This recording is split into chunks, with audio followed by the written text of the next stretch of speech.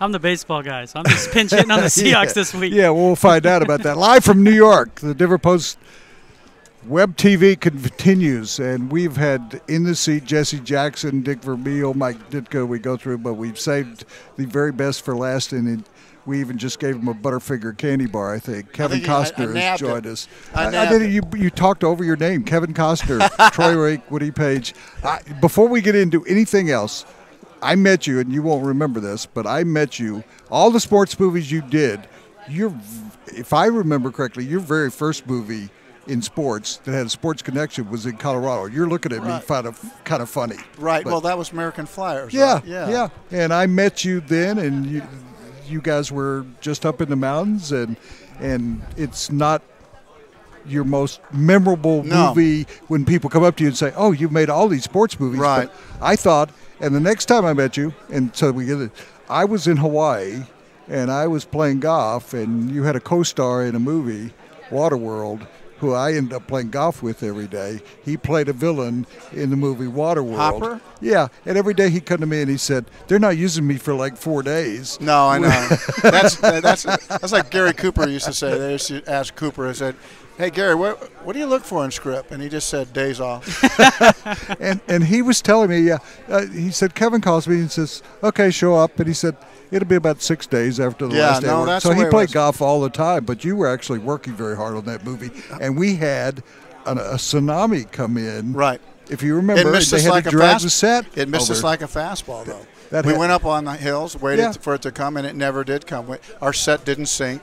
You just can't get the story right sometimes. It doesn't really matter. So anyway, that set up nothing at all. That's all right. But anyway, that would give we you. We can put some time on the clock for exactly. you. Oh sure, we could go. No one's kicking me out. Someone asked me the other day, said, "What happens when it gets down to 0?" I said, "We just start all over. We just keep going. Go 2 more hours." Kevin Costner joining us, and the reason why is the Super Bowl's here, but he is also here as Sonny Weaver Jr., Cleveland Browns general manager, and I won't go through all the possible funny jokes about being the general manager of the Cleveland Browns, but it's called Draft Day, and conveniently it's coming out right now. It doesn't take long to turn around from being a joke to suddenly being a winner. Now, what happens to the Cleveland Browns is the coolest thing about sports. It's up to them. But it turns around for a lot of people. There's something that will it for them? That's the conjecture you guys go through every day. But what we know about sports is it can. It can. Yeah. And that's why people still, to settle it, have to play. Kevin, was there any, when you were making this film, were there any parallels to Moneyball? I mean, I'm a baseball guy in nature. Yeah. The inner workings of a baseball team when you pitch it to a broad audience, how would that be a movie? But I thought it was a remarkable movie, knowing Billy Beane a little bit. Yeah. Is there some of that in this, kind of the insider? We're a single day. We're a single day. Oh, just the draft day. Okay. We're a single draft day. My character wakes up in the morning, and I have a fight with my girlfriend, or she fights with me. Right. So I have the veil of that all day long on my big day of the year. Right. The town is pretty unhappy with me. My mom is pretty unhappy with me. And I start making mistakes a little early. But somehow, in this particular movie, a window of opportunity opens, and he starts to get his wits about him. And then the drum starts to move his way when it's not been going his way all day. And we have the architecture of a good Hollywood movie that has a set against a backdrop and poured as much authenticity as we could into that understanding that we are a movie. So it is a moment in time where you've been beaten up on Sonny, and there's a moment where he begins to live by his wits. He was talking about it. You've been drawn to a lot of sports movies in your career, and we talked briefly about American Flyer. Is there something about the thrill of victory, agony, defeat, the old ABC thing? I saw the guy fall off that thing too. Yeah. I met him once. You know, Kurt Gowdy and Jim McKay. I mean, those voices were very strong for me. I've been watching football since the '60s, but no, I don't feel the need to make a sports. We're going to talk a little bit more. We're going to talk a little bit. I don't feel the need to make a sports movie, but if I read a good one, I'm not afraid to make it. And I realize that sports people love their sports so much that I can't make one that doesn't have a level of authenticity. It'll be rejected. Because, sports guys, they want to rag on everything. but they have an internal love of their sport. Right. And they don't want anybody that doesn't know what they're talking about to mess it up, because there's a poetry that goes with what it is we love. And the rest of the time we're just angry. And you've been able to bring that authentic kind of look. And I go back, and I'm older, a lot older than both of you, but Babe Ruth story and the Lou Gehrig story, and you were talking earlier about a famous actor playing Pride of the Yankees. Who played, and they were jokes. Yeah, and they were it jokes. Doesn't look right. And Jimmy Pearsall, Fear Strikes Out. Oh. It's not right, because even the non-athlete can tell if someone's an athlete or not, and it's really important. And the one thing, the best actor in the world can't duplicate a throw to first base if you can't do it.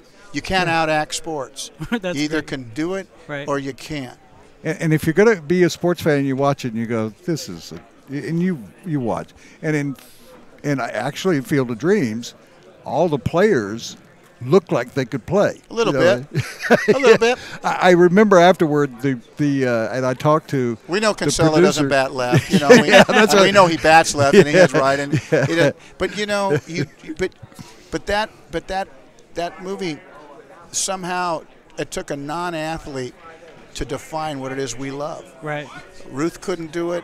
Mays couldn't do it. Mantle couldn't talk about the cut grass, the smell of the train, the brass beds. That speech speaks to all of us that we love. And who does it come from? It comes from a non-athlete. Yeah. But your brilliance in baseball movies, you have a background. Did you play at Cal State? Because you were. I didn't play at Cal State. You're familiar with the program, I think. You yeah, know the guys I play. there? I work out with pro teams. I work out with the college teams. I could play a little bit. Because your conversation in Bull Durham, we all remember, and that for anyone who's played the game, it's like that is the moment. He gets it. Yeah. Where you didn't have to go that in depth, but not only did you go that in depth, but you made it appeal to a broader audience. How important were those details to you in these movies to get it right? Because you're around athletes and you're an athlete. Details are important. I mean, you don't make details, you get 5-yard penalties if you don't pay attention to the details. Details in any profession will hang you up, and you can equate those details to penalty. You know what I'm saying? Right. Details is everything. It's everything. Well, why? Because he was talking about the roles that you play, but this one is an executive. That's an out of character type role. Why this movie? And you know that this is a challenge, if you will, for people to say, do I want to go watch a movie? And they did for Moneyball. Right. And we're not trying to make total comparison, but Moneyball, people say, they couldn't make a movie. Now, Draft Day sounds not like that exciting a subject. Yeah, I agree. But listen, I make pretty good girl-boy movies. So it's a date movie. And I believe in the movie experience. And it's set against the background of the NFL draft, and I think it's worth the money. Yep. You're in the middle of all this. We have, as I said, we've taken predictions and talked about the week. Being caught up in this, and you did the movie surrounded by Draft Day. Yeah. Now you're in the middle of promoting the movie in the middle of the Super Bowl week. How are you able to enjoy this other than having to deal with people like this? I prefer to watch the game at home. I wouldn't normally be here. I like it by myself. I don't like parties. I like just watch the game quiet. I don't even like to eat during it. I just like to watch it. I always have. I don't know who's going to win. Two pretty tough teams. Some years and all the years I've watched, sometimes I've thought I knew who was going to win. I don't know that this time. I don't have that feeling. I've never heard anybody ask you, and I'm going to put you on around the horn. You are now on ESPN. You're acting like you're in my role. I could put the chalkboard behind you or something. What was your all-time favorite sports movie? Oh, I was going to say, you know, I tell you, I enjoyed Hoosiers a lot. Yeah.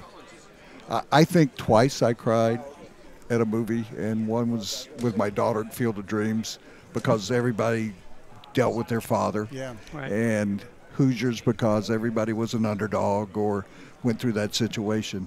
Well, what did you think I was going to ask you? You said, I thought we were going to so what would you ask yourself? I thought we were going to talk football players. No. Well, who was your favorite? See, that sounds like, what's your favorite color? I hate those kind of things. They're tough questions. No, it's because now I've had a lifetime of watching players. a lifetime of watching, and I've watched them from the beginning of their careers to the end of their careers, and so you know I've seen a lot of wonderful players. And there were a lot of, you brought it up, going back to what you said, the quotes from those movies that you have made over the years, they live on, Yeah. as well as quotes that have been uttered by famous athletes. Right. I know you've got to go. It's been a pleasure talking to you. Pleasure, The truth Kevin. is, when a movie is working at its very best, it will always be about moments, things said that you'll never ever forget. And that's the whole point. Yes. It is, yeah. Hey, thank you for coming by, and I hope you are able to get home before all of this and watch it. I'm going to watch it here. I am going to watch it at the game. There you go. Well, at least it's they've gonna be a got me nice day. corralled. Hey, Fantastic. I appreciate it. Maybe this will be the last one you have, Sure. but it's been fun. You'll come do a round of horn with me someday. Yep. Thank you, Kevin. It's a pleasure.